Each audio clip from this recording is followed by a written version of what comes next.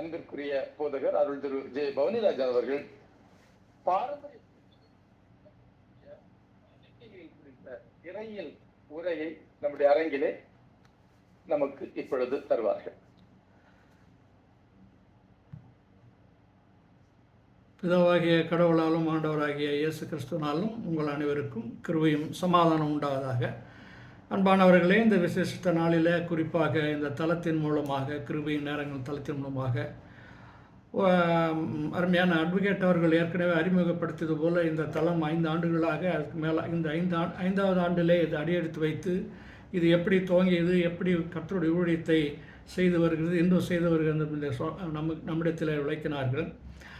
இதே தளத்திலே deeper truths of Christianity, கிறிஸ்துவத்தின் ஆழமான சத்தியங்கள் என்ற தலைப்பிலே நாம் நிறைய உரைகளை கேட்டிருக்கிறோம்.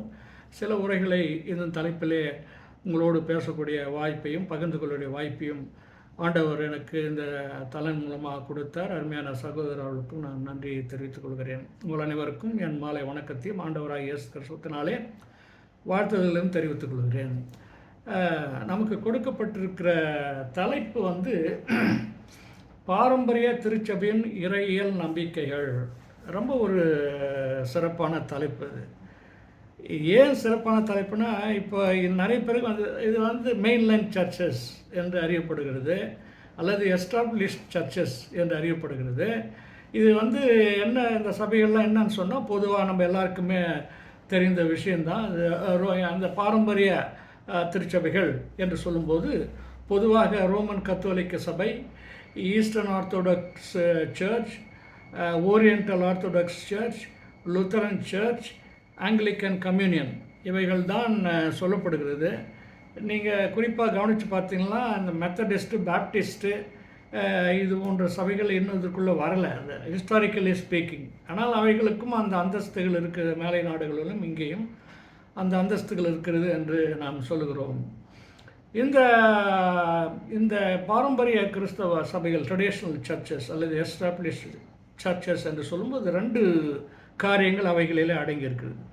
ஒன்று இந்த சபைகள் ஸ்டேட் ரிலிஜனாக ஒரு நாட்டினுடைய அந்த ஆளுகையினுடைய சமயமாக அறிவிக்கப்பட்டது. ஃபார் எக்ஸாம்பிள் ரோம், அது கான்ஸ்டன்டைன் பீரியடில் Roman Catholic church become a state religion.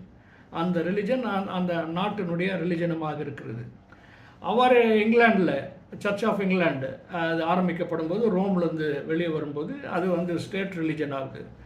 Denmark, Sweden போன்ற இடங்களில் லுத்தரன் சர்ச்சஸ் இன்று வரையிலே ஸ்டேட் ரிலிஜன்ஸ் தான் இருக்குது. ஆனால் அமெரிக்காவில் இது ஸ்டேட் ரிலிஜன் கிடையாது. அல்தோ மெஜாரிட்டி எல்லோரும் இது போன்ற மெயின்லைன் சர்ச்சஸ், எஸ்டாப்ளிஷ் சர்ச்சஸ் இருந்தால் கூட அவைகள் அங்கே அந்த நாட்டினுடைய அந்த அதிகாரப்பூர்வமான சமயமாக அவைகள் இல்லை. சில ஐரோப்பிய தேசங்களில் கூட அவைகள் இல்லை. ஆனால் மற்ற எல்லா இடங்களிலும் அவைகள் இருக்கிறது. சமீபத்து காலம் வரையில் அவைகள் அப்படித்தான் இருக்கின்றன. அவைகள் தான் பாரம்பரிய திருச்சபைகள், எஸ்டாப்ளிஷ் சர்ச்சஸ் அல்லது மெயின்லைன் சர்ச்சஸ் என்று அறியப்படுகின்றன. இது ஒரு அடையாளம். 2வது அடையாளம்னு சொன்னீங்கன்னா, இந்த பாரம்பரிய சபைகள் பொதுவாக அப்போஸ்தலர் போதனைகளையும், அதாவது திருத்தூதர்கள் சொல்கிற அப்போஸ்தலர், நல்ல கவனிக்க, அப்போஸ்தலருடைய போதனைகளையும் சபை மரபுகளையும் அந்த வழிபாட்டு முறைமைகளையும் கடைபிடித்து வருகிறவர்கள், அந்த லிட்டர்ஜி பயன்படுத்தக்கூடியவர்கள். கேலண்டர், கிறிஸ்டியன் கேலண்டர் எங்கேருந்து ஆரம்பிக்குது நமக்கு தெரியும். அது கிறிஸ்டியன் கேலண்டர் என்று சொல்லப்படுகிறது. அது திருச்சபை ஆல்மனாக், திருச்சபை ஆண்டு அறியப்படுகிறது என்று சொல்லப்படுகிறது. நமக்கு தெரியும், ஒரு அகடமிக் இயர் இருக்கிறது, அது கல்வி ஆண்டு என்று சொல்லப்படுகிறது. ஃபைனான்ஷியல் ஆண்டு இருக்கிறது, டேக்ஸ்லாம் ரிட்டர்ன் பண்ணுறதுக்குன்னு இன்னும் நிறைய ஆண்டுகள் இருக்குது. அவ்வாறாக உங்களுக்கு எல்லாருக்கும் தெரியும். அதுபோன்று திருச்சபைக்கென்று ஒரு ஆண்டு இருக்கிறது, நிறுவப்பட்டிருக்கிறது. இது one of the main characteristics of the establish churches அல்லது பாரம்பரிய திருச்சபை சபைகள். இந்த கேலண்டர் எப்படி ஆரம்பிக்குதுன்னு ஒருவேளை நாங்கள் வேறு உரைகளில் நான் உங்களோடு பகிர்ந்து கொண்டிருக்கிறேன்னா என்று எனக்கு தெரியவில்லை. இருந்தாலும் ஒரு நினைவூட்டுதலுக்கு அதை சொல்லுகிறேன். இயேசு கிறிஸ்துவனுடைய பிறப்பு, வளர்ப்பு, ஞானஸ்நானம், அவருடைய ஊழியம், உயிர்த்தெழுதல், பரமேறுதல், பரிசுத்தாவியை பெற்றுக்கொள்ளுதல், பெந்தகோஸ்து நாள், இவைகளை இந்த அடிப்படையாக வைத்து இந்த ஆண்டு இயங்குகிறது. ஸோ அது வந்து அட்வென்ட்டில் ஆரம்பிக்கும். அட்வென்ட்னா வருகையின், அது வந்து நவம்பர் 27 டிசம்பர் 4க்குள்ளே தவறாமல் வரும். அதில் ஆரம்பிக்கும். அதுலேருந்து ஆரம்பித்து அப்படியே தெரியும், நமக்கு தெரியும் உங்களுக்கு. இப்போ நம்ம இந்த திருத்துவ திருநாளுக்கு பின் ஒரு நாளில் இருக்கிறோம், அப்புறம் உபவாச நாட்கள் வரும், அப்படியே அது வருது. எக்லிசியாஸ்டிக்கல் கேலண்டர் அவைகளை கடைபிடிக்கிறவர்களாக இருக்கிறார்கள். இந்த 2 காரியங்களை நம்ம மனதில் வைக்கின்றோம், இந்த டெஃபினேஷன் நம்ம சொன்னோம்னா. அப்புறம் இது என்ன, ஏன் இந்த தொடக்க கால கிறிஸ்துவ எழுத்தாளர்கள் நம்பிக்கை ஏன் முக்கியமானவை, ஏன் ஏர்லி சர்ச் அவருடைய ரைட்டிங்ஸ், அவருடைய அந்த போதனைகள் ஏன் அது முக்கியமானவை என்று பார்த்தோம்னா, ரொம்ப சிறப்பான ஒரு நுட்பமான செய்தி அதற்குள்ளாக அடங்கியிருக்கிறது. இது யாருன்னு பார்த்தீங்கன்னா, ஃபார் எக்ஸாம்பிள் கிளமெண்ட் ரோமில் ஒருத்தர் இருக்கிறாரு, கிளமெண்ட் ஆஃப் ரோம்னு ஒருத்தர் இருக்கிறாரு ரோமில். பாலிகார்ப் அப்படின்னு இருக்கிறாங்க. பாலிகார்ப்பு வந்து ஒரு இரத்த சாட்சியாக மறிக்கிறார், அவரும் பிஷப்பாக இருந்தவர் தான். இவங்கெல்லாம் பார்த்தீங்கன்னா இயேசு கிறிஸ்து வாழ்ந்த அப்போஸ்தலர்களுடைய அவர்களை நேரடியாக சந்தித்தவர்கள், அவர் மூலமாக சபைக்குள்ளாக வந்தவர்கள். நீ கற்றுக்கொண்டவர்களை மற்றவர்களுக்கு தெரிவி என்று சொல்லுவது போல அதிலிருந்து ஹேண்ட் ஓவர் பண்ணப்படுகிறது இந்த ஃபெய்த். ஆகையினால அவைகள் அப்போஸ்தலர்கள் அவர்கள் வந்து அப்போஸ்தலர்களால் அங்கீகரிக்கப்பட்டதோடு இல்லாமல் திருச்சபையின் தலைமை பொறுப்புகளுக்கும் அவர்களே அவர்களே நியமிக்கிறார்கள். இவர்கள் வந்து வரலாற்று விசுவாச அறிக்கை, வழிபாட்டு ஒழுங்குமுறை, இவை எல்லாவற்றையும் பாதுகாத்து வருகிறார்கள். ஸோ இதுதான் வந்து ஒரு அறிமுகமாக establish churches and mainline churches அல்லது பாரம்பரிய சபைகள் என்று வைத்துக்கொள்வோம். இதில் நான் ஏற்கனவே சொன்ன 5 வகையான சபைகள் இருக்குது சொல்கிறேன். இந்த சபைகளுக்குள்ள சில விஷயங்களிலே வேறுபாடுகள் இருந்தால் கூட இறையியல் நம்பிக்கையில் குறிப்பிடத்தக்க ஒற்றுமைகள் உள்ளன என்பது நமக்கு தெரியும். ஸோ இதில் ஃபண்டமெண்டலாக அடிப்படையில் இதை நான் சொல்கிறது அவுட்லைன் தான், ஏன்னா ஒன்று ரொம்ப எக்ஸ்பிளைன் பண்ணோம்னா அதுக்கு தனி ஒரு செஷன் வேணும். 12 கேரக்டரிஸ்டிக்ஸ் இருக்குது, 12 காரியங்களை இவைகளை குறித்து நாம் சிந்திக்க முடியும். முதலாவதாக நாம் சிந்திக்க இருப்பது, இந்த திருச்சபைகளானது பாரம்பரிய திருச்சபையான நம்பிக்கை வந்து ஃபர்ஸ்ட் நம்பிக்கை வந்து திருத்துவ நம்பிக்கை. கடவுள் திருத்துவமாக இருக்கிறார், ஏக நம்பிக்கை என்று தான், ஏக கடவுள் தான் அது திருத்துவமாக இருக்கிறார் என்று அந்த நம்பிக்கைகள் இவர்கள் கடைபிடித்து வருகிறார். ஒருவேளை இப்போ இருக்கிற நிறைய மற்ற சபைகள், ஏஜி சபை, பெண்டகாஸ்ட் சபைகள், மற்ற சபைகள் இப்போ அவர்களை திருத்துவத்தை ஏற்றுக்கொண்டால் கூட இருக்கிறார்கள். அவைகளிலிருந்து அவர்களை மாறுபட்டு சொல்ல முடியாது. ஆனால் இவைகள் தான் ஃபஸ்ட்டு அவங்களுடைய அடிப்படை கோட்பாடு இருக்குது. அதை வந்து பிதாவாகிய தேவன், குமாரனாகிய தேவன், பரிசுத்த ஆவியானவர் கடவுள் என்று சொல்கிறார்கள். பார்க்கும்போது இந்த கோட்பாடு 3 தனி, எல்லாருக்கும் தெரியும், நாம் ட்ரினிட்டி பற்றி விளக்கல, நான் இப்போது அது இன்னொரு நாளைக்கு பார்க்கலாம். 3 கடவுள்களை அவர்கள் சொல்லாமல் 3 வேறுபட்ட பிரிக்க முடியாத ஆட்களின் ஒரே கடவுளை போதிக்கிறது. அதாவது கர்த்தர்த்துவம் என்று பெரு, டிவினிட்டி, டிவைன். குமாரன் பிதா என்ன ஒரு தன்மையில் இருக்கிறாரோ அதே தன்மையில் குமாரன், அதே தன்மையில் பரிசுத்த ஆவியானவர் இருக்கிறார் என்று சொல்லுதான் திரித்துவ கோட்பாடு. இதற்கு நிறைய அடிப்படைகள் இருக்குது. பிரதானமாக வேதாகம அடிப்படைகள் நம்ம பார்ப்போம் என்றால், மத்திய 28ஆம் அதிகாரத்தில் 19ஆம் வசனத்தில் ஆண்டவர் அங்கே நீங்கள் உலகமையும் சகல ஜாதிகளும் சீசராக்குங்கள் என்று சொல்லுகிறதில் அந்த ஃபார்முலா ஆஃப் பேப்டிசம், அந்த மூ நன்மைகள் பிதா குமாரன் பரிசுத்தாவியில் வருது பார்க்குறோம். அதே போன்று யோவான் 1ஆம் அதிகாரத்தில் 1-14 வசனம் இந்த லோகாஸை பற்றி பேசும்போதும், ஆண்டவராகிய இயேசு கிறிஸ்துவனுடைய ஞானஸ்நானத்தில் கூட பிதா வானத்திலிருந்து சத்தமிடுகிறார், குமாரன் பரிசுத்த ஆவியானவர் வருகிறார். இந்த காரியங்கள் எல்லாம் இருக்குது. இவைகள் வந்து நான் அவுட்லைனில் தான் நான் சொல்கிறதுனால இவைகளை விளக்கமாக இந்த உரையிலே நாம் அதை எடுத்துக்கொள்ளவில்லை. நான் ஆக இந்த அடிப்படையில் ஃபஸ்ட்டு பாயிண்ட் வந்து, இந்த பாரம்பரிய திருச்சபைகளுடைய முதல் நம்பிக்கையில் திருத்துவ தேவனை, திருத்துவத்தை அவர்கள் ஏற்றுக்கொள்கிறார்கள். ஒருவேளை திருத்துவம், ட்ரினிட்டி என்ற வார்த்தை திருமறையில் இருக்கிறதா என்று கேட்டால் இல்லை என்று தான் நாம் சொல்ல முடியும். அதே போன்று ராப்சர் என்ற ஒரு வார்த்தை திருமறையில் இருக்கிறதா என்று கேட்டால் இல்லை என்று தான் சொல்ல முடியும். அதே போன்று வந்து ஒரிஜினல் சின் என்ற ஒரு வார்த்தை இருக்கிறது என்று கேட்டால் இல்லை என்று தான் சொல்ல முடியும். ஆனால் இவைகளெல்லாம் அங்கே சிதறி கிடக்கிற, அங்கே சிதறி கிடக்கிற வசனங்களை வைத்து கோட்பாடுகளாக ஏழை சபையில் உருவாக்கப்படுகிறது. Church fathers, church doctors. ஆகையினால்தான் இவைகள் முக்கியமாக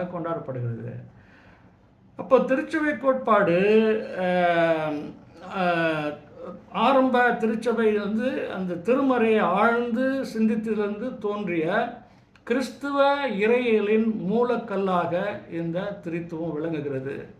அனைத்து பாரம்பரிய திருச்சபைகளும் கிறிஸ்துவ நம்பிக்கையையும் கிறிஸ்துவ விசுவாசத்திற்கு இன்றியமையாததாக கருதுகின்றன. இப்போ கடவுள் தமது இயல்பிலேயே உள்ளவராகவும் அன்புள்ளவராகவும் தன்னையே தாகம் செய்பவராகவும் இருக்கிறார் என்பதை திருத்துவம் வெளிப்படுகிறது. அது திரியேக கடவுள் என்று நம்ம சொல்கிறோம். இப்போ மூவுரிமை கடவுள் என்று அந்த அந்த டிரான்ஸ்லேஷன்ஸ்லாம் இங்கே சொல்லப்படுகிறது. வழக்கமாக வந்து ஏகம் ஒருவோடு அதை வட சொல்லுவாங்க, சரியாக ஞாபகம் தெரியல எனக்கு. அப்போ ஃபஸ்ட்டு வந்து திருத்துவத்தை ஏற்றுக்கொண்ட சபைகள் இவைகள் பாரம்பரிய சபைகள், அதற்கு முக்கியத்துவம் கொடுத்துள்ள. இப்போ ரெண்டாவது அடையாளம் எடுத்துக்கொள்வோம் என்றால் வேதாகமத்தின் அதிகாரம், அத்தாரிட்டி ஆஃப் த ஸ்கிரிப்சர்.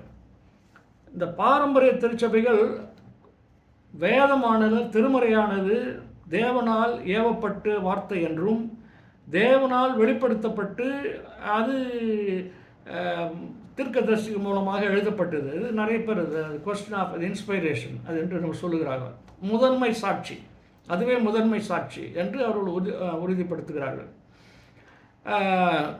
அதை பற்றி சொல்லும்போது வேதாகமம் வந்தது அந்த அத்தாரிட்டி ஆஃப் த பைபிள் என்று சொல்லும்போது தேவனுடைய வார்த்தை தான் தட் இஸ் ஃபைனல்.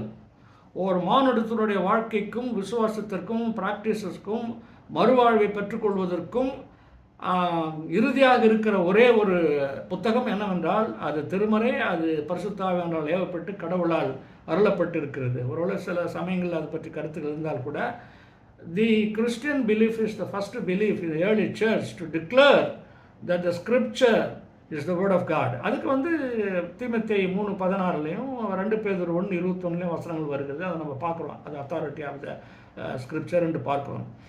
இப்போ அது மனித மரபுகள், அதாவது இந்த நம்பிக்கை எது குறிக்கிறது என்றால் தெய்வீகமாக ஏவப்பட்டிருப்பதால் மனித மரபுகள் பகுத்தறிவு மற்றும் கலாச்சார நெறிகளை விடுத்து கிறிஸ்துவ விசுவாசம் கோட்பாடு மற்றும் அன்றாட பழக்க வழக்கங்களில் தொடர்பான அனைத்து விஷயங்களிலும் அதுவே இறுதியான தீர்ப்பை வழங்குகிறது.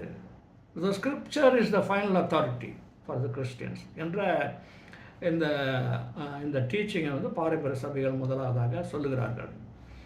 அப்போது இந்த வேதாகம அதிகாரத்தின் வந்து there are key pillars of biblical. What are the key pillars of biblical authority ன்னு பார்த்தோம்னா நிறைய பேருக்கு தெரியுது. நான் உங்களுக்கு சொல்கிறேன். நான் வேதாகமத்தின் முக்கிய தூண்களாக காரியங்கள் இருக்குது. ஒன்று வந்து தெய்வீக தோற்றம், இன்ஸ்பிரேஷன் என்று சொன்னேன், ஏவுதல் என்று சொன்னோம். நான் ஏற்கனவே சொன்னபடி தேவனால் அருளப்பட்டது அல்லது தேவனுடைய சுவாசத்தால் உண்டானது என கருதப்படுகிறது. 1 தீமோத்தேயு 3:16 நீங்கள் பார்த்தீங்களா, மனிதர்கள் இது எழுதினாலும் அவர்கள் பரிசுத்த ஆவியினால் வழிநடத்தப்பட்டனர். பிரதர் அந்த 1 தீமோத்தேயு 3:16 2 தீமோத்தேயு 3:16 பாடுங்க. என்னது? வேத வாக்கியங்கள் எல்லாம் தேவ வாக்கினால் அருளப்பட்டிருக்கிறது. அவைகள் உபதேசத்திற்கும் கடிந்து கொள்ளுதலுக்கும் சீர்திருத்தலுக்கும் நீதியை படிப்பதற்கும் புரோஜனம் உள்ளதாக இருக்குது. அந்த நம்முடைய பழைய பைபிள்லேருந்து நான் படிக்கிறேன். அதுதான் வந்து 2 தீமோத்தேயு 3:16 இன்ஸ்பிரேஷன் ஆல் ஸ்கிரிப்சர்ஸ் அதுக்கு இருக்குது. அது தெய்வீக தோற்றத்தினுடைய ஒரு அதிகமாக இருக்குது. ரெண்டாவது தீர்க்க தரிசனமானது ஒருபோதும் மனித விருப்பத்தினால் உண்டாகவில்லை. மாறாக தீர்க்கதரிசிகள் மனிதனாக இருந்த போதிலும் பரிசுத்த ஆவியினால் ஏவப்பட்டு தேவனிடத்திலிருந்து பேசினார்கள். 2 பேதுரு 1:20 அந்த வசனத்தை நம்ம வாசிக்கும்போது அது கொஞ்சம் போட முடியுமா பிரதர்? ரெங்கா பிரதர் 2 பேதுரு 1 அதிகாரம் 20 வசனத்தில் நம்ம பார்க்குறோம். அதில் வந்து ரெண்டாவது ஒன்று வந்து ஃபஸ்ட்டு வந்து தி ஆரிஜின், தி இன்ஸ்பிரேஷன், தெய்வீக தோற்றம், ஏவுதல் இருக்கிறது. ரெண்டாவது இந்த திருமறையானது பிழை இல்லை அல்லது அதில் தவறுகள் இல்லை. நல்லா கவனிங்க. Inerrancy and infallibility of the scriptures, இதான் அடிப்படை சித்தாந்தம். அப்போ தான் ஆரம்பிக்கிறாங்க. அதெல்லாம் இருக்குது. அதில் தவறுகள் இல்லை. ஆதியாகமத்திலிருந்து வெளிப்படுத்தின விஷயத்தில் கடவுளால் ஏவப்பட்டு பேசப்பட்ட வாக்கியங்களாக இருக்கிறபடினால there is no inerrancy, there is no the infallibility of the scriptures என்பதை அவர்கள் விசுவாசமாக வைத்திருக்கிறார்கள். தேவன் உண்மையுள்ளவர் என்பதால் அவருடைய வார்த்தை முழுமையாக உண்மையாக இருக்கிறது. அதன் மூலப்பிரதிகள் எந்த பிழையும் இல்லை. அந்த மூலப்பிரதிகள் இது உறுதிப்படுத்தப்பட்டும் அனைத்து விஷயங்களிலும் முழுமையாக நம்பத்தகுந்ததாக இருக்கிறது என்ற ஒரு ஆஸ்பெக்ட். அடுத்தது இது எப்படின்னா செல்ஃப் ஆத்தென்டிகேட்டிங். இந்த ஸ்கிரிப்சர் செல்ஃப் இன்டர்னல் எவிடன்ஸ். வேதாகம் தன்னைத்தானே மெய்ப்பிக்கிறது என்ற அந்த நம்பிக்கையை வைத்து வேதாகமத்தின் அதிகாரம் எந்த ஒரு மனிதனும் அல்லது திருச்சபையின் அங்கீகாரத்தையும் சார்ந்ததல்ல. It is independent of any church, any scholar or anybody in the world. It exists for itself because it came from the mouth of the God. அப்படி சொல்லப்படுகிறது. அப்போது இயேசு கிறிஸ்துக்கு சாட்சி பகர்வதிலிருந்து அது தனது முக்கியத்துவத்தையும் அதிகாரத்தையும் பெறுகிறது. அதன் ஆசிரியரான கடவுள் நேரடியாக அது சார்ந்திருக்கிறது என்றது மூணாவது என்று நாம் 3 காரியங்கள் அதை குறித்து நம்ம சொல்ல முடியும். இப்போ வரலாற்று பார்வைகள், இதில் குறித்து வரலாற்று பார்வைகள் பார்த்தோம்னா புரோட்டஸ்டன்ட் பார்வை. இது நான் சும்மா அவுட்லைன் தான் சொல்கிறேன். அது நமக்கு எல்லாம் தெரியும். இந்த ரிஃபார்மேஷன் படிக்கும்போது லூத்தருடைய 5 ஸ்லோகங்களில் பிரதானமான ஸ்லோகம் சோலா ஸ்கிரிப்சரா, வேதம் மட்டுமே, திருமறை மட்டுமே.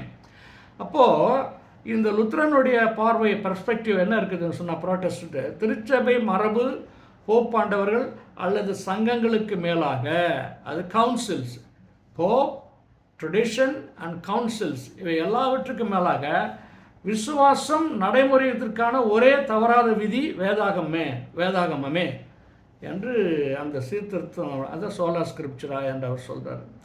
அதில் லூத்தருடைய இதுதான் அதை தான் இந்த புரோட்டஸ்டன்ட் லூத்தரன் ட்ரெடிஷன் எடுத்துக்கொள்கிறாங்க இன்றைய வரையில்.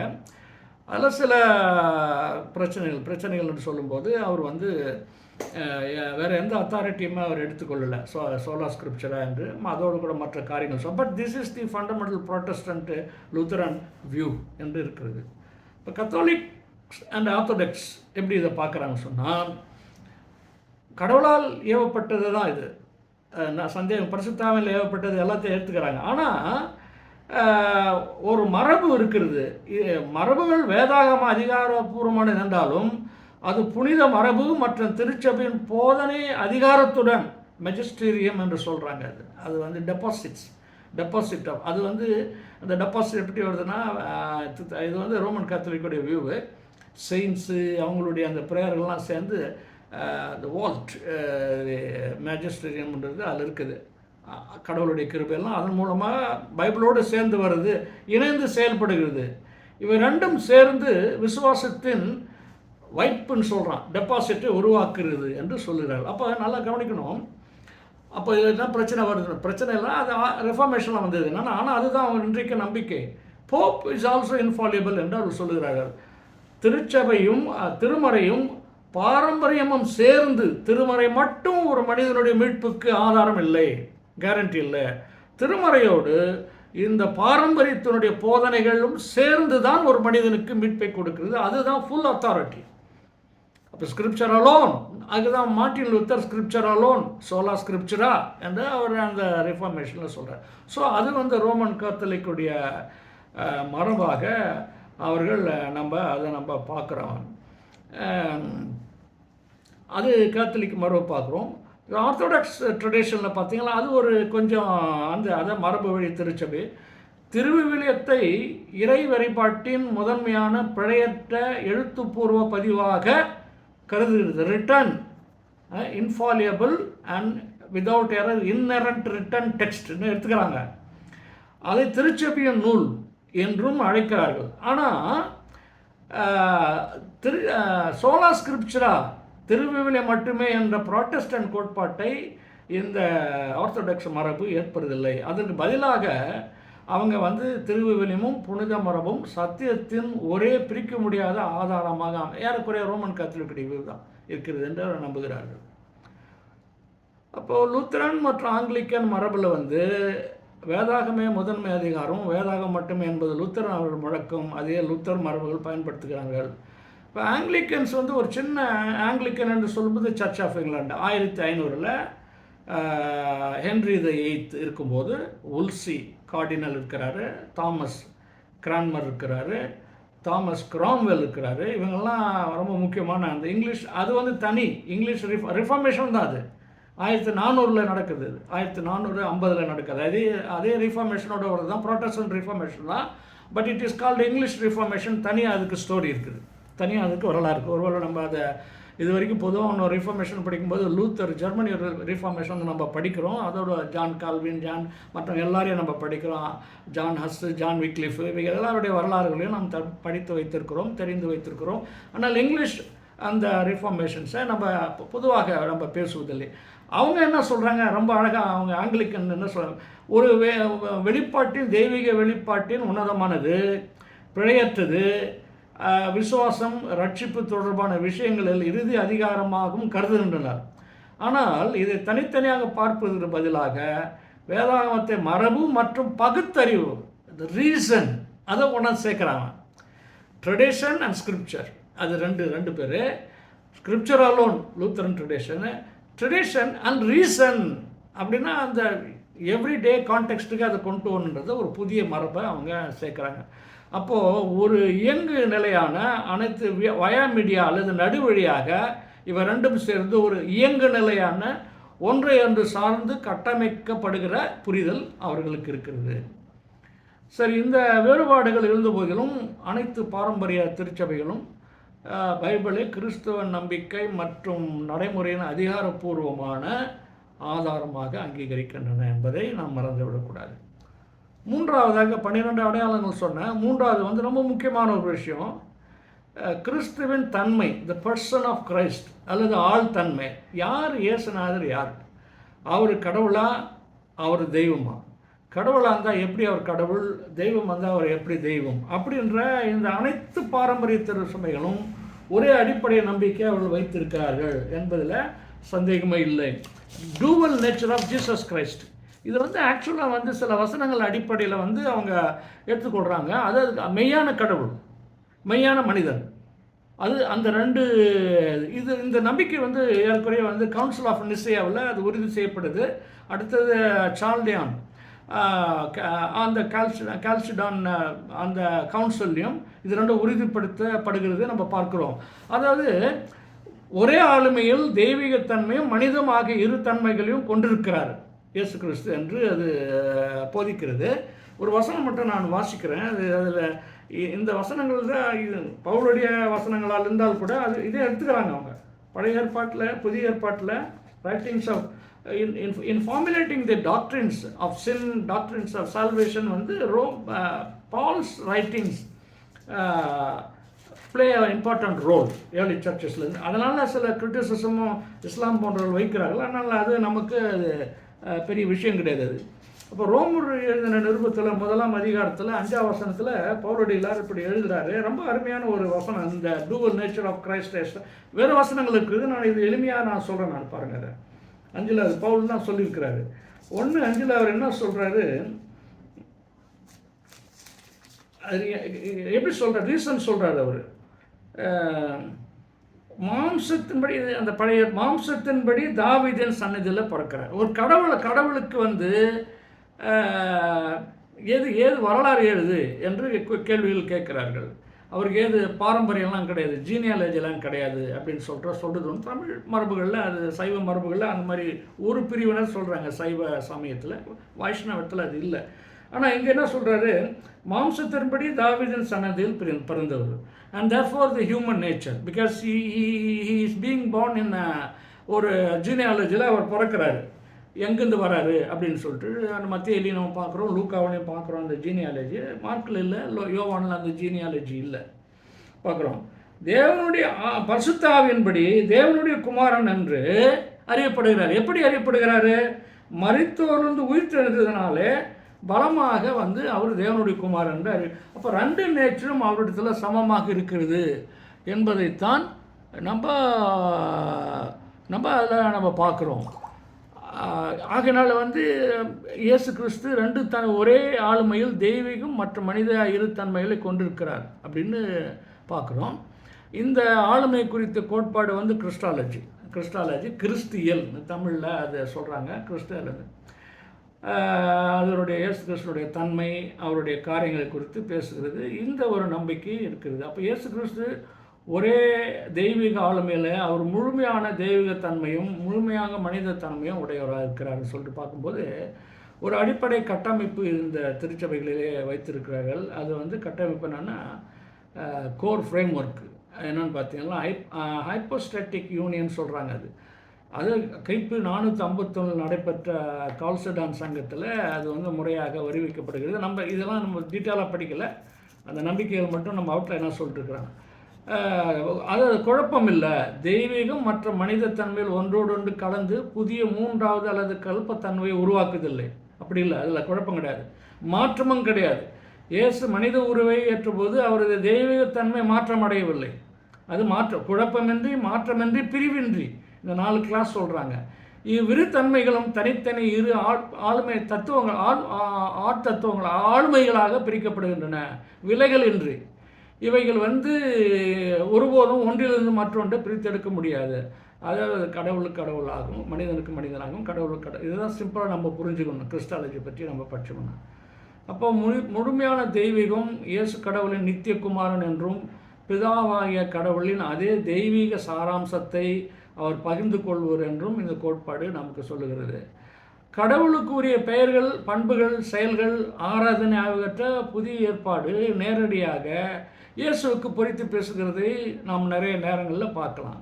அப்போ அந்த லோகாஸ், அவர் சகலத்தையும் படைத்தவர், பாவங்களை மன்னிப்பவர், அந்த லோகாஸ் என்ற வார்த்தை, ஆதியிலே வார்த்தை இருந்தது, அந்த வார்த்தை தேவனோடத்து, அந்த வார்த்தை தேவனாக இருந்தது, யோவான் 1:1. அப்புறம் நானும் பிதாவும் ஒன்றாக இருக்கிறேன் என்று இயேசு பெருமான் யோவான் 10:30 சொல்கிறது. அப்புறம் பிலிப்புக்கிட்ட சொல்கிறாரு, என்னை வந்து பிதாவை எனக்கு காண்பின்னு சொன்ன உடனே, இப்போ அம்மா நாள் என் கூட இருந்து நீ தெரிந்து கொள்ளவில்லையா, என்னை அறியவில்லையா, என்னை கண்டவன் பிதாவை கண்டான், அப்படி இருக்க பிதாவை எங்களுக்கு காண்பின்னு எப்படி சொல்கிற பிலிப்புவே அப்படின்னு யோவான் 14:9 அவர் சொல்லுகிறதை நம்ம பார்க்குறோம். அப்புறம் இன்னும் சில வசனங்கள் சங்கீதத்திலேருந்து நமக்கு சொல்லப்படுகிறது. தேவனே உம்முடைய சிங்காசனம் என்றென்றைக்கும் விரித்திருக்கும், உடைய ராஜ்யத்தின் செங்கோல் நீதியுள்ள செங்கோலாக இருக்கும், நீ நீதியை விரும்பி அநீதியை வெறுத்தீர் அப்படின்னு சொல்லிட்டு நம்ம பார்க்குறோம். அதுபோன்ற அநேக வசனங்களை வந்து இந்த 2 டூவல் நேச்சர் ஆஃப் இயேசு கிறிஸ்துவை அவங்க சொல்கிறத நம்ம பார்க்குறோம். ஸோ இதனுடைய தியாலஜிக்கல் சிக்னிஃபிகன்ஸ், இதனோட முக்கியத்துவம் என்னன்னு பார்த்தா, if Christ has not born as a human being, then he will not be able to save the human. அது ஒரு சித்தாந்தம் இருக்குது. ஏன்னா அவர் வந்து கடவுள் மனிதராய் பிறக்கலன்னா மனிதரை மீட்க முடியாது. அவர் வந்து பாடுபடுகிற ஏசாயா 43, நான் பாடுபடுகிற தாசனாக மனிதரோடு மனிதராக இருந்து மனிதருக்கு விடுதலை தருகிறார்கள். இது நிறைய உதாரணங்கள், கருத்துக்கள், பிரசங்கள் நீங்கள் நிறைய கேட்டிருப்பீங்க. இது ஒன்றும் புதுசு கிடையாது. ஆனால் இது வந்து பாரம்பரிய சபையிலேருந்து வர்றது தான் அது. அது அப்போ இப்போ if is not a God, if there is no divinity in Christ, he cannot be the redeemer of world. So அந்த ரெண்டையும் அவங்க அந்த 2 நேச்சர் அவங்க இருக்குதுன்னு சொல்கிறதுக்கு இது மாதிரி அவங்க சொல்கிறாங்க. இப்போ 4வதாக பாவத்தை குறித்ததான கருத்து, த டாக்ட்ரின் ஆஃப் சின். இது பாவத்தை குறித்ததான என்று சொல்லும்போது, கடவுள் சாயலாக மனிதன் படைக்கப்பட்டான், நமக்கு தெரியும் ஆரம்பத்திலேருந்து. ஆனால் கீழ்ப்படையாமல் காரணமாக பாவத்தினால் விழுந்து அவன் வந்து தன்னுடைய நிலையை அவன் தடுத்து கொண்டான் என்பது சொல்வது தான் அது ஒரிஜினல் சில் அப்படின்னு சொல்லிட்டு தான் நம்ம பவுல் தான் ரொம்ப எழுதுகிறாரு. ஆதாம் மூலமாக பாவம் வந்தது, 2ஆம் ஆதாம் மூலமாக பாவம் போச்சுன்னா ரோமரில் அவர் நம்ம எழுதுறதை நம்ம பார்க்குறோம். அவர் தான் நிறைய அதில் எழுதுகிறாரு.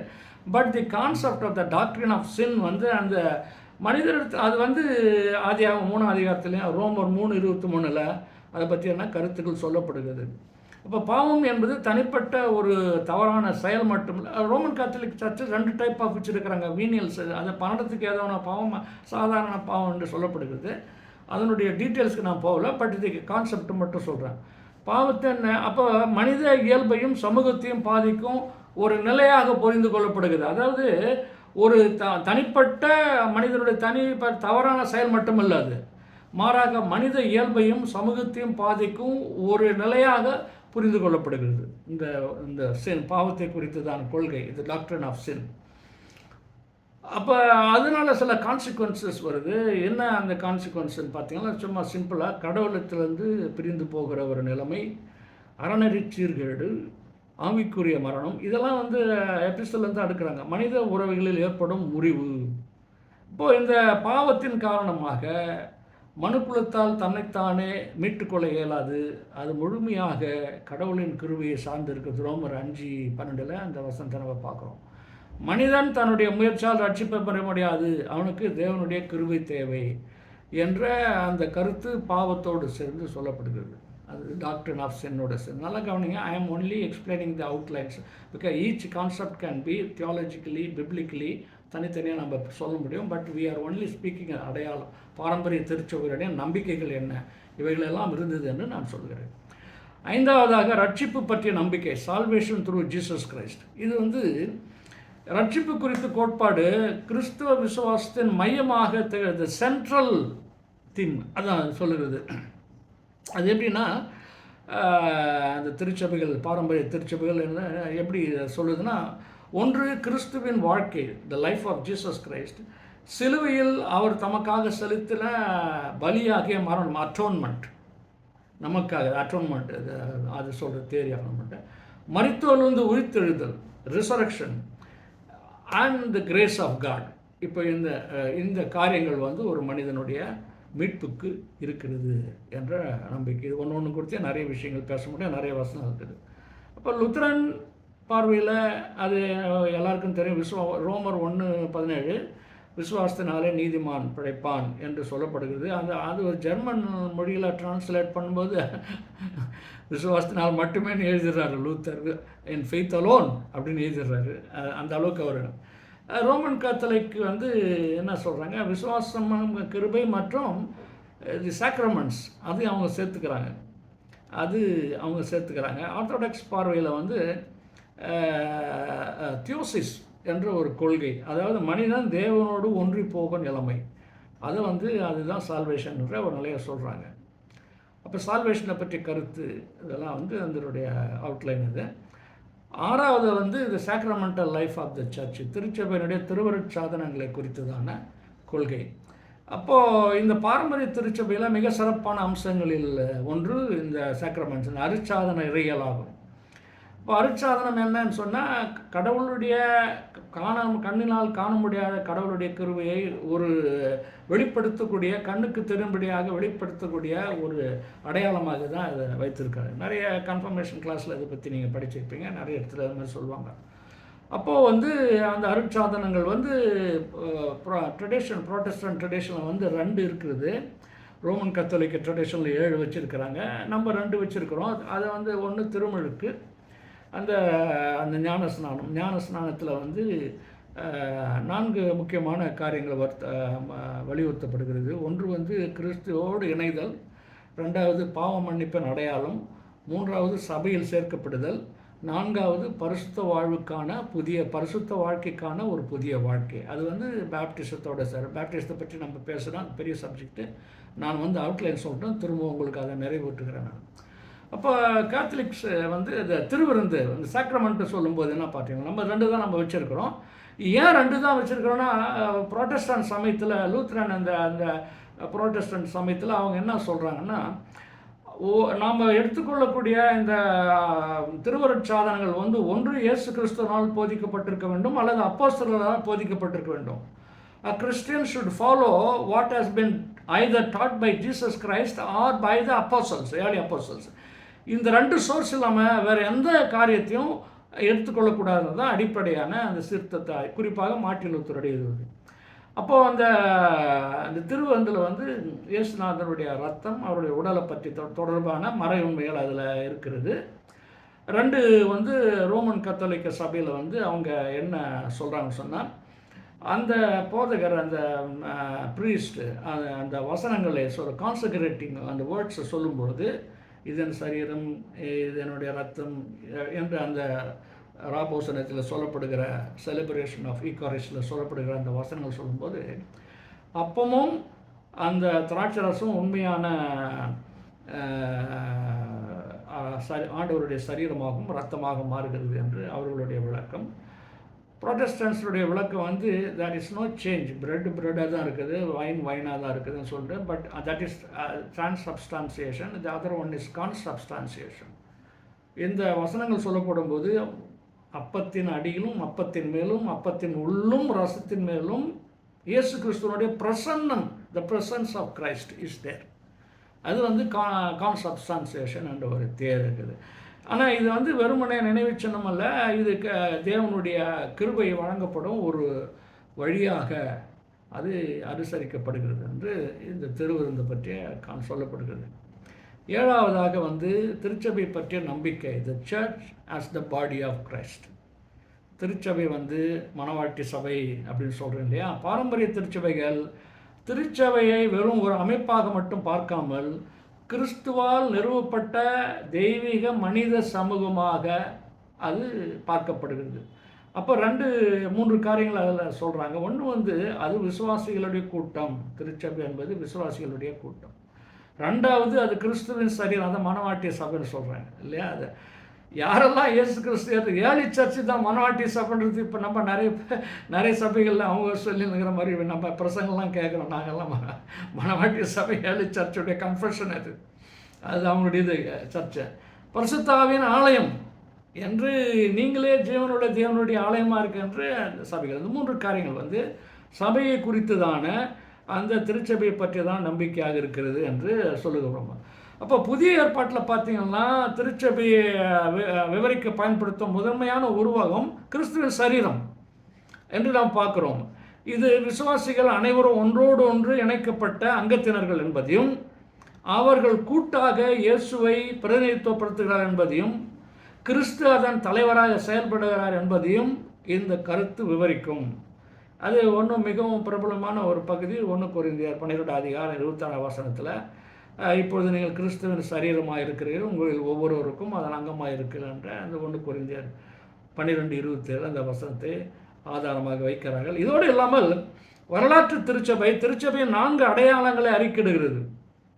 அதாவது ட்ரெடிஷன். ஒன்று வந்து நைசையா விசுவாச அறிக்கை. திருச்சபை என்பது ஒன்று த ஹோலி, கேத்தலிக் மற்றும் அப்போஸ்டலிக். அது திருச்சபை என்பது பரிசுத்தமானது. கேத்தலிக் என்பது யூனிவர்சல். அந்த word Catholic does not refer to the Catholic search, Roman Catholic. நல்லா தெரிஞ்சுக்கிடுங்க, அது பொதுவான திருச்சபை நம்ம தமிழில் மொழிபெயர்த்து வச்சுக்கிறோம். ரோமன் கேத்தலிக் வேற, கத்தோலிக்க சபை என்று கத்தோலிசிசம் என்பது பொதுவானது என்று பொருள். அதுதான் அந்த நிசையா அறிக்கையில் ஒன்றான பரிசுத்தமான கத்தோலிக்க சபை மற்றும் apostolic, this is an apostolic church என்ற அந்த அந்த அந்த உறுதிப்பாடு, அந்த அறிக்கை. 2வது இது வந்து இந்த தங்களுடைய பாரம்பரிய திருச்சபையினுடைய சுய புரிதலுக்கு தொடர்ந்து வழிகாட்டி கொண்டு வருகின்றன. இவைகளை மறந்துட்டால் அவ்வளோதான். அதை தான் நம்ம ஏற்கனவே சொல்லப்படி இந்த 4 அடையாளங்கள், 4 மார்க்ஸ் ஆஃப் ரொம்ப சிம்பிளாக. 1 ஒரே சபை, பரிசுத்தமானது, உலகளையாவது, திருத்தூதரின் அடிப்படையிலானது. அதான் அது மெய்யான அந்த திருச்சபை பற்றியதான அடிப்படையாக இருக்கிறது நம்ம பார்க்கிறோம். 8வது காரியம் வந்து திருத்தூதரின் மரபில் அப்போஸ்டலிக் சக்சஷன். இது ரொம்ப ஒரு முக்கியமான காரியம். அப்போஸ்டலிக் சக்சஷனை வந்து ஒருவேளை இது ரோமன் கேத்தலிக்கில் தான் ரொம்ப பிரதானப்படுத்துகிறாங்க. ஆனால் நான் ஆரம்பத்தில் முன்னுரையில் சொன்னபோது பாலிகார்ப் ஆகட்டும், கிளமெண்ட் ஆகட்டும், இவங்கெல்லாம் students of the disciples. Polycarp வந்து பிலிப்புக்கு டிசைபிள் நினைக்கிறேன், யோவானுக்கு யாரும் டிசைபிள் நேரடியாக பார்த்தவங்க. அவங்க இயேசுநாதருடைய அப்போஸ்தலர்களோடு நேரடியாக தொடர்பு கொண்டு அந்த அதிகாரத்தை பெற்றுக்கொண்டவர்கள். அது laying on of the hand என்று பவுலடிகள் பின்னால் அவர் சொல்கிறார். அப்புறம் கை கொடுத்து உங்களை நான் எடுத்துக்கொள்கிறேன், ஐக்கியத்தில் எடுத்து போகிறேன். எங்களுக்கெல்லாம் ஆர்டினேஷன் சொல்லும்போது இவர் ஆர்டைன்டு இந்த சர்ச் ஆஃப் காட் என்ற வார்த்தையை சொல்லுவாங்க. அதுக்கு அடையாளமாக கை கொடுத்து எடுத்துக்கொள்கிறேன் அப்படின்னு அவங்க எங்கள் சபையில் அந்த மாதிரி சொல்லுவாங்க. லுத்தரன் ட்ரெடிஷன்லேயே ஒரு ட்ரெடிஷனில் ஒரு மாதிரி இருக்கும். அந்த அந்த அந்த ஆராதனை ஒழுங்குமுறையை பார்த்தா அதுலேருந்து நமக்கு நிறைய விஷயம் தெரியும். அப்போது இதனுடைய அந்த மரபு வந்து என்னன்னு சொன்னால், இப்போ நான் ஏற்கனவே போனது அந்த ரோமுக்கு போயிருக்கும்போது அந்த வேட்டிக்கன் மியூசியத்தில் போய் பார்த்தேன். அந்த லிஸ்ட் போட்டு வச்சுருக்கிறாங்க. ஃபஸ்ட்டு பிஷப் வந்து பேதுரு, அதுலேருந்து மற்ற பேர்லாம் எல்லாம் எழுதி அந்த வருஷத்தில் எழுதி வச்சுருக்கிறாங்க.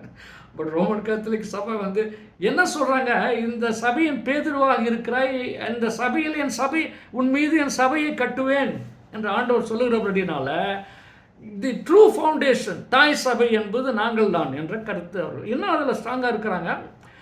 இது நம்ம வேறு மாதிரி பார்க்கணும். இப்போ அந்த ரோமன் மிடிவல் டைமில் அது ரொம்ப அதிகமாக லூத்தர் போன்றவர்கள் கடுமையாக எதிர்த்தார்கள். அதெல்லாம் ஒன்றும் கிடையாதுன்னு சொன்னாங்க.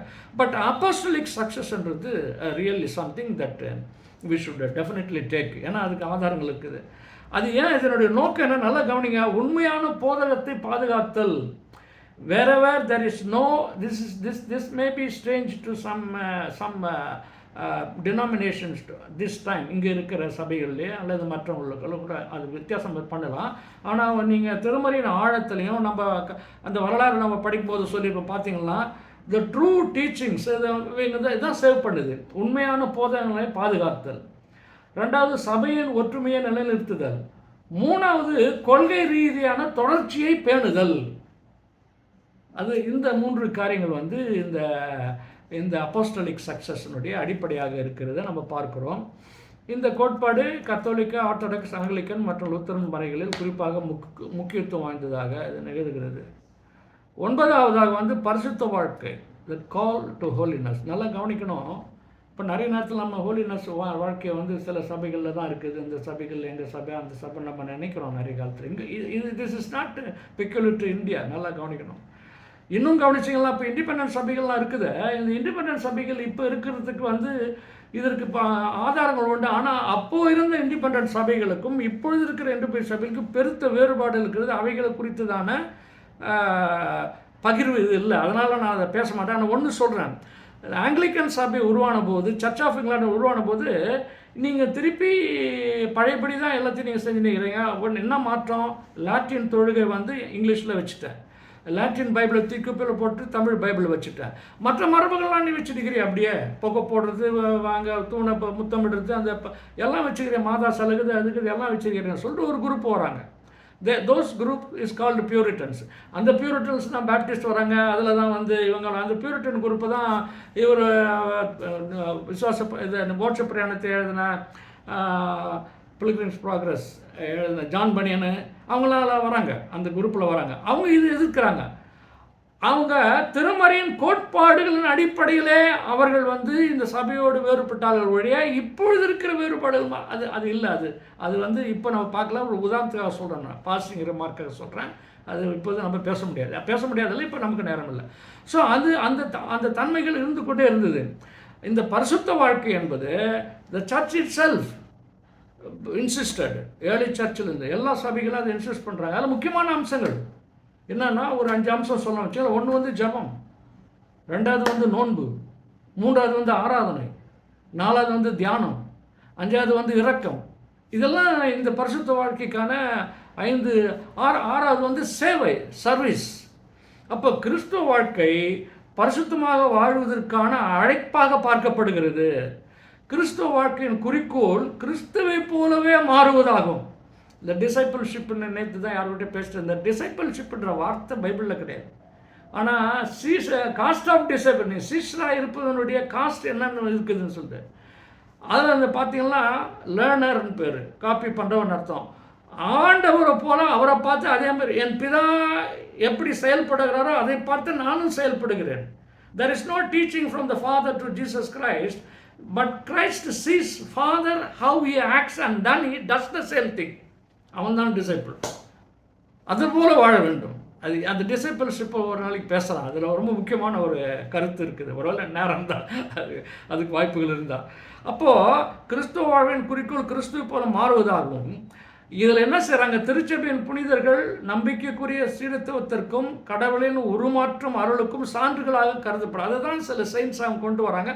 But there are some validity in that, but அது சில நேரத்தில் அப்யூஸ் பயன்படுத்தி. நல்லா கவனிக்கணும். திருமறை சொல்லுது, நம்மை அழைத்தவர் உண்மையுள்ளவர். The church is true but I may not be true.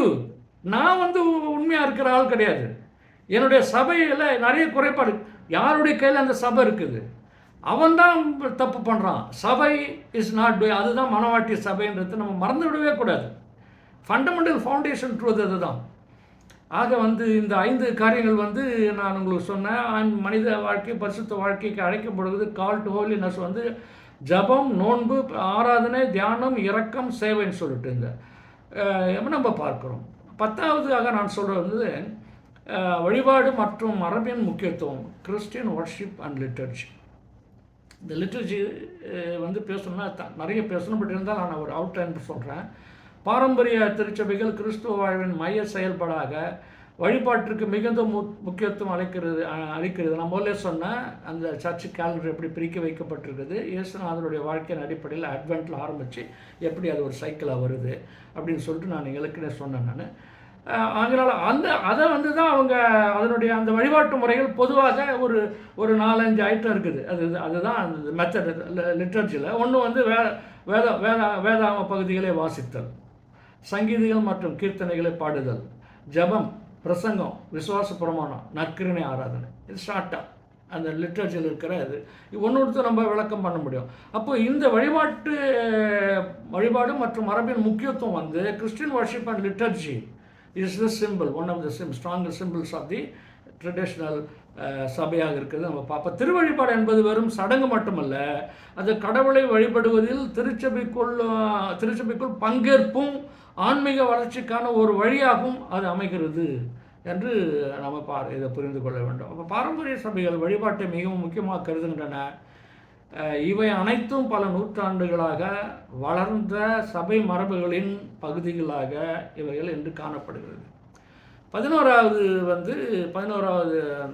அடையாளம் கடைசி கால நம்பிக்கை, த லாஸ்ட் திங்ஸ், எஸ்கட்டாலஜி. இது சில இப்போ நம்ம நிறைய சபைகள் அது மட்டும் பேசுகிறவங்க இருக்கிறாங்க, அதுக்கு நிறைய பிரசங்கங்கள், நிறைய வேறுபாடு இருக்குது. நம்ம அதுக்குள்ளே நான் போகல. But this is one of the fundamental faiths of the early church. நம்பிக்கைகளில் அது முழுசாக இருந்தது. அப்போது அதனுடைய அடையாளம் என்னன்னு சொன்ன பார்த்தீங்கன்னா, அதில் என்னென்ன காரியங்கள் வருதுன்னா, அந்த நம்பிக்கையில் கிறிஸ்துவனுடைய 2ஆம் வருகை வருது, உயிர்த்தெழுதல் வருது, இறுதி தீர்ப்பு வருது, நித்திய ஜீவனை பற்றி வருது, புதிய வானம் புதிய பூமி என்பது பற்றி நம்ம வருகிறத நம்ம பார்க்குறோம்.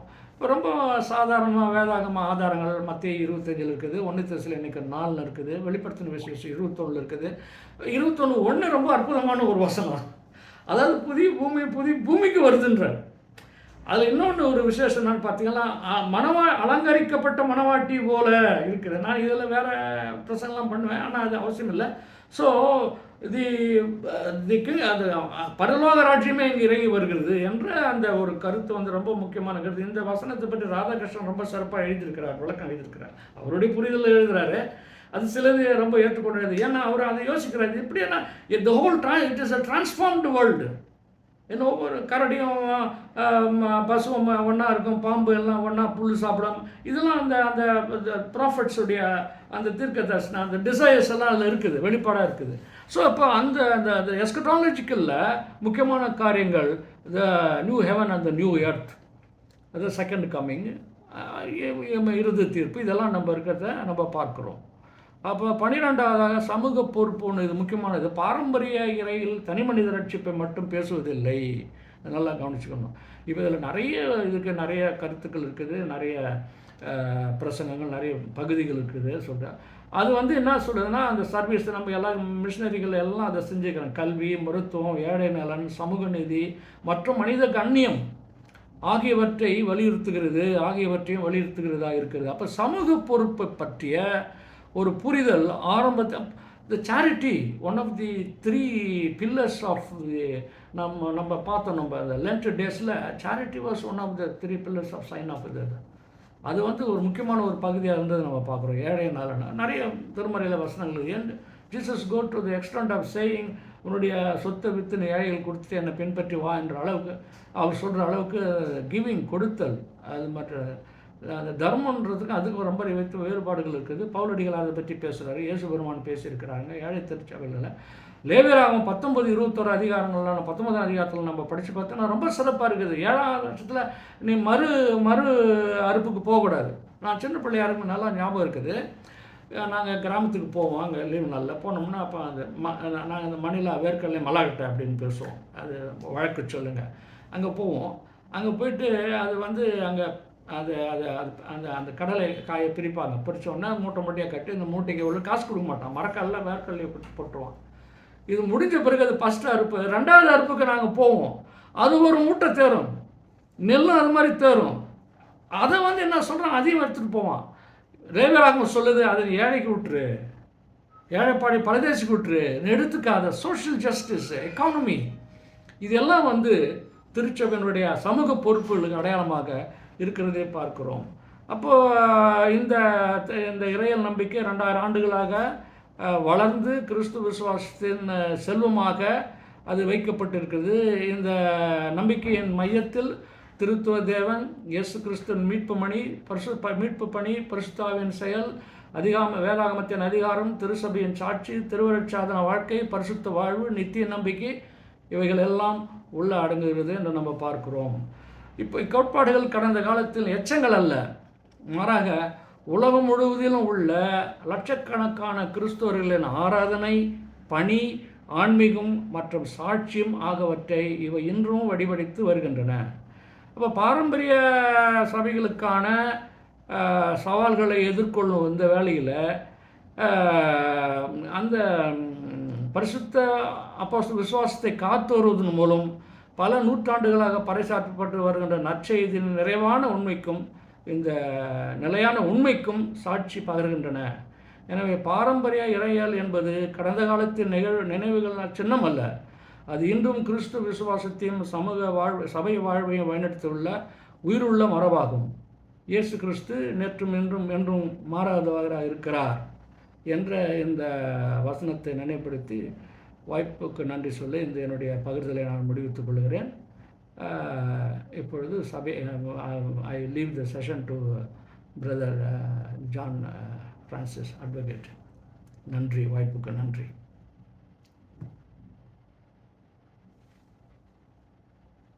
நண்பர்களே, இதுவரை பாரம்பரிய திருச்சபைகளின் நம்பிக்கைகள் சார்ந்த விஷயங்களை குறித்து நம்முடைய அன்பிற்குரிய மூத்த போதகர் அருள் திரு ஜே பவனிராஜன் அவர்கள் மிக சிறப்பான ஒரு உரையை நம்முடைய அரங்கிலே நமக்கு தந்திருக்கிறார்கள்.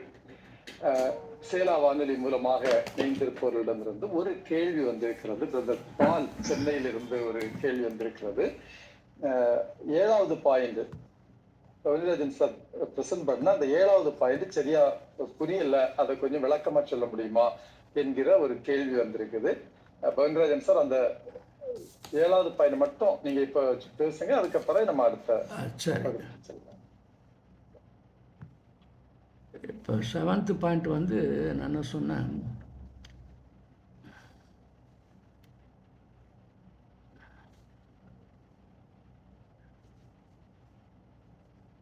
அருட்சாதனத்துக்கு அப்புறம் அப்போஸ்தலர் பின்புலத்துக்கு முன்னாடி அது வர திருமுழுக்கு திருச்சபை பற்றி நம்பிக்கை. Church as the body of Christ, அதானே? அதான் 7வது பாயிண்ட்டு. வேற என்ன கேட்குறாரு அவரு?